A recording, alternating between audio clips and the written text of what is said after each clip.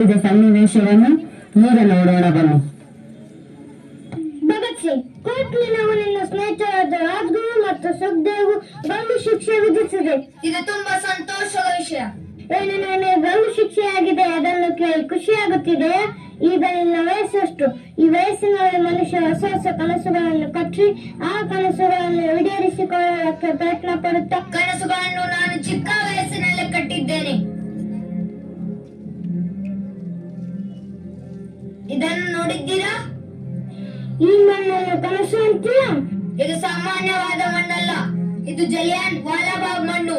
ಇದರಲ್ಲಿ ನನ್ನ ದೇಶದ ಜನರ ರಕ್ತ ಇದೆ. ಇದನ್ನು ಯಾವಾಗಲೂ ನನ್ನ ಜೊತೆ ಇಟ್ಟುಕೊಳ್ಳುತ್ತೇನೆ, ಯಾಕೆಂದರೆ ಇದು ನನ್ನ ಕನಸು, ನನ್ನ ಗುರಿ, ನನ್ನ ಉದ್ದೇಶಗಳನ್ನು ನೆನಪಿಸುತ್ತದೆ. ಇದರ ಹೆಸರೇ ಸ್ವಾತಂತ್ರ್ಯ. ನನಗೆ ಏನು ಅನಿಸುತ್ತದೆ, ನನಗೆ ಗಲ್ಲು ಶಿಕ್ಷೆಯಿಂದ ಸ್ವಾತಂತ್ರ್ಯ ಸಿಗುತ್ತದೆ ಅಂತಾನ? ಯಾವಾಗ ನಮ್ಮಂತ ಹೋರಾಟಗಾರರ ರಕ್ತದ ಹೊಳೆ ಹರಿಯುವುದರಿಂದ ಸ್ವಾತಂತ್ರ್ಯ ಸಿಗುತ್ತೆ ಎನ್ನುವುದಾದರೆ ನಾನು ಪ್ರಾಣ ತ್ಯಾಗ ಮಾಡಲು ಯಾವಾಗಲೂ ಸಿದ್ಧ. ನನಗೆ ಗೊತ್ತಿದೆ, ಕೇವಲ ನನ್ನ ಬಲಿದಾನದಿಂದ ಸ್ವಾತಂತ್ರ್ಯ ಸಿಗುವುದಿಲ್ಲ ಅಂತ. ಆದರೆ ನನ್ನ ಸಾವಿನಿಂದ ಸಾವಿರಾರು ಭಗತ್ ಸಿಂಗ್ ಹುಟ್ಟುವುದಂತೂ ನಿಜ. ನೋಡು ಭಗತ್ ಸಿಂಗ್, ನೀನು ಒಬ್ಬ ಒಳ್ಳೆಯ ಮನುಷ್ಯ.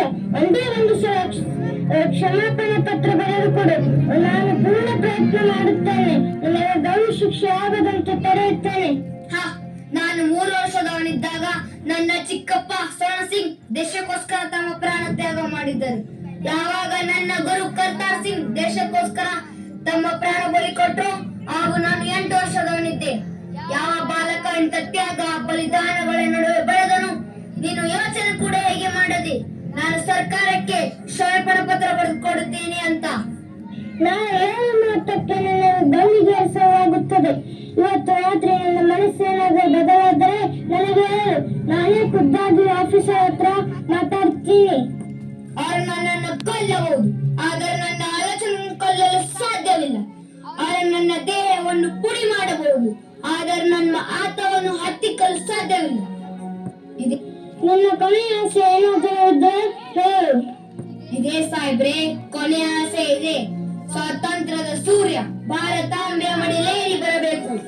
ಆ ಪ್ರಜ್ವಲಿತ ಬೆಳಕಿನಲ್ಲಿ ಕೆಂಪು ಕೋತಿಗಳ ಅಟ್ಟಹಾಸ ಸುಟ್ಟು ಹೋಗಬೇಕು. ಕಡುಗಳ್ಳರಂತೆ ನಡು ರಾತ್ರಿಯಲ್ಲಿ ಓಡು ಹೋಗುವಿರು. ಆ ಸುದಿನವನ್ನು ನೋಡುವುದಕ್ಕೆ ಮತ್ತೊಮ್ಮೆ ಇನ್ನೊಬ್ಬ ಕ್ರಾಂತಿಕಾರಿಯಾಗಿ ಹುಟ್ಟಿ ಬರುವುದು. ನನ್ನ ಕೊನೆಯ ಆಸೆ ಒಂದೇ, ಇನ್ಕುಲಾಬ್ ಜಿಂದಾಬಾದ್, ಇನ್ಕುಲಾಬ್ ಜಿಂದಾಬಾದ್, ಇನ್ಕುಲಾಬ್ ಜಿಂದಾಬಾದ್.